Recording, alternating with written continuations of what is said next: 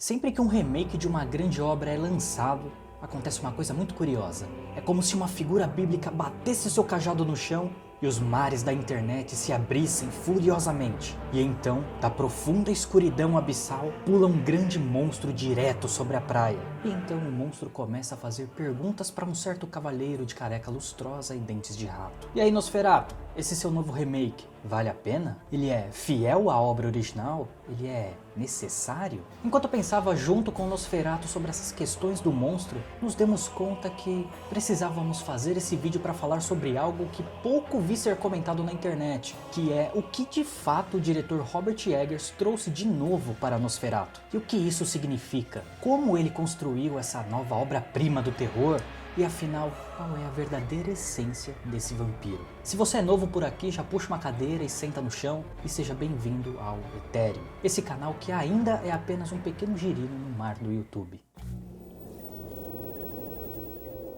Para começarmos, eu quero dizer que nesse primeiro momento vamos olhar para dois elementos inovadores que o diretor Robert Eggers trouxe para Nosferatu. O primeiro referente a um conceito chamado pacto fáustico, e o segundo vem da psicanálise de Freud e foi usado para construir a relação dos personagens e o desenrolar da trama. Então vamos olhar para cada um deles individualmente e com calma, e aí você vai ver como ideias estranhas são as que melhor se conectam. O filme começa partindo da premissa que a Ellen fez um tipo de pacto com Nosferatu. Mas como isso, eles nunca nem se viram, como podem ter uma conexão? Pois é, essa ideia remete ao conceito de pacto fáustico, que surgiu na obra de Dr. Fausto de Thomas Mann, e vemos em obras como O Retrato de Dorian Gray, onde os personagens fazem pactos com entidades sombrias de uma forma abstrata, entende? A partir de sonhos, alucinações, ou através de um desejo muito intenso de estar disposto a dar qualquer coisa para conseguir algo em troca. O que quer dizer que quando temos desejos obscuros e egoístas, ou maus comportamentos socialmente reprováveis, lentamente nos comprometemos com aquilo que é impuro ou demoníaco. No caso da protagonista, ela sonha e deseja intensamente a liberdade e os prazeres carnais da vida, custe o que custar, enquanto chama por um deus, ou qualquer força oculta que esteja disposta a dar o que ela quer. E de repente, opa, ela cria uma conexão, um pacto com Nosferatu, não deliberadamente, mas acidentalmente. Thomas, o marido de Ellen, também firma uma espécie de pacto com Nosferatu, em condições diferentes da sua esposa, é claro, sendo trapaceado e manipulado pelo Conde Orlok. Mas repara que o conceito segue a mesma premissa. Imagina que você deseja riquezas e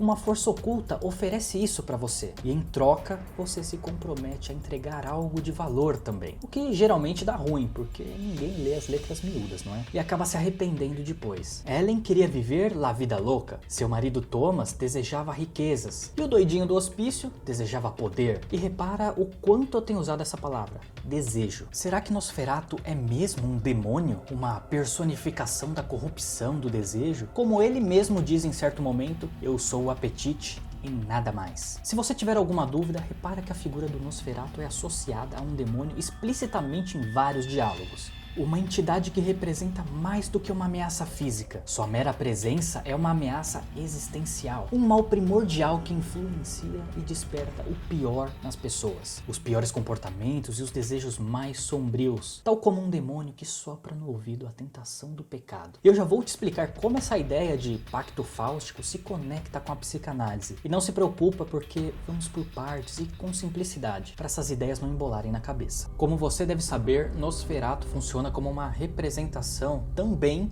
para doenças e guerras que aterrorizaram a Europa, com a imagem do rato sendo seu arauto da peste negra. Algo que nos filmes de 1922 e de 1979 exploraram bastante, junto com certas ideias que dão uma pincelada de feminismo na construção do conflito da garota e do vampiro, e no que Nosferatu representa para as mulheres de uma forma geral. Sobre esses tópicos em particular eu não vou abordar nesse vídeo para não perder a objetividade, ok? Mas tem outro vídeo aqui no canal onde eu falo especificamente desses tópicos, dentro dos filmes antigos do Nosferatu, o link vai estar na descrição. Dito isso, o segundo elemento que torna esse filme de Robert Eggers tão especial é o seguinte: quando o diretor construiu o mundo do Nosferatu, ele levou em consideração um aspecto muito curioso da época vitoriana para criar o conflito e o drama dos personagens. Ele foi além do conceito do Nosferatu representar a doença e a decadência da peste. Então parou e pensou e percebeu. Essa relação entre o Nosferatu e a garota expressa uma coisa ainda mais doentia e obscura. E eu acho que eu quero explorar isso. Eu estou falando de algo chamado histeria, uma doença que apareceu com força nos anos de 1800 e que as pessoas pensavam ser uma doença de mulheres, que causava paralisia motora, ataques epiléticos assustadores e eventualmente até cegueiras temporárias. Um troço estranho que ninguém entendia muito bem e tampouco sabia como tratar, até que Freud propôs: isto é tudo sintoma de um sofrimento psíquico. Estou desenvolvendo um método para tratar isto. Se chama método catártico. Este é o Freud falando, beleza? Veja, este sofrimento é fruto de um conflito entre desejos muito intensos, nascidos da vontade de fazer algo, que luta contra outros desejos igualmente intensos de reprimir o primeiro desejo, aquele de querer fazer algo. Achou isso confuso? Então pensa assim: a personagem da Ellen reprime os próprios sentimentos, porque era isso que a sociedade da época ensinava e obrigava as mulheres a fazer. Suas vozes eram invalidadas para agradar aquela sociedade. O resultado é que as mulheres acabavam adoecendo, davam um bug na cabeça e então apareciam sintomas extremos, como vemos no filme. Nesse sentido, podemos dizer que o surgimento do Conde Orlok é uma manifestação desse bug na Matrix, uma manifestação horrível dos apetites mais sombrios da Ellen. E olha só, tem um diálogo durante o filme onde a Ellen faz um questionamento, algo assim: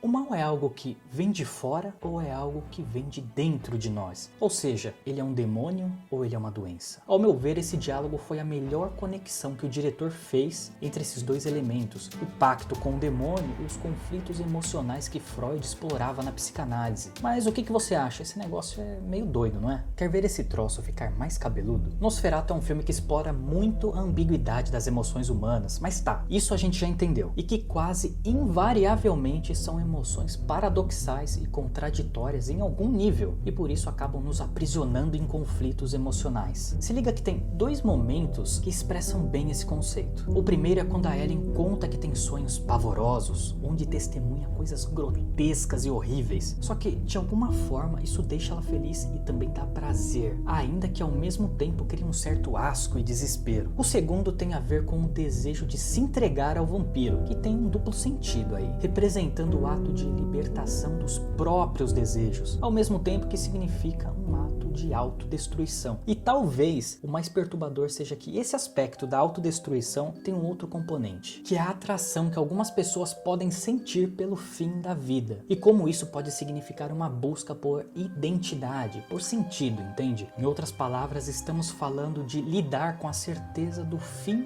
de um conflito, entende? Um conflito que definiu uma vida, na qual o sentimento era de ausência de controle, de autonomia para viver a própria vida livremente, tendo que reprimir os sentimentos para ser uma extensão da vontade alheia, e portanto uma criatura sem identidade própria, mas que no fim o ato de terminar tudo traz a ideia de que finalmente conquistou-se algum controle e portanto também conquistou-se identidade, em uma cena final que é romântica, horrível e libertadora, tudo ao mesmo tempo, um resumo perfeito, obsceno e delicioso do que é a natureza humana. Mas afinal, como o diretor construiu essa história? Quer dizer, por que ele escolheu esses elementos para criar todas essas camadas de significado? E olha, a dedicação com que o diretor Robert Eggers constrói os mundos em seus filmes é tão profunda que beira a obsessão. Tudo que você vê em termos de estética, contexto histórico, a roupa dos personagens, características arquitetônicas dos locais e comportamento também dos personagens. Pode ter certeza, foi tudo fruto de uma pesquisa minuciosa, intensa e extremamente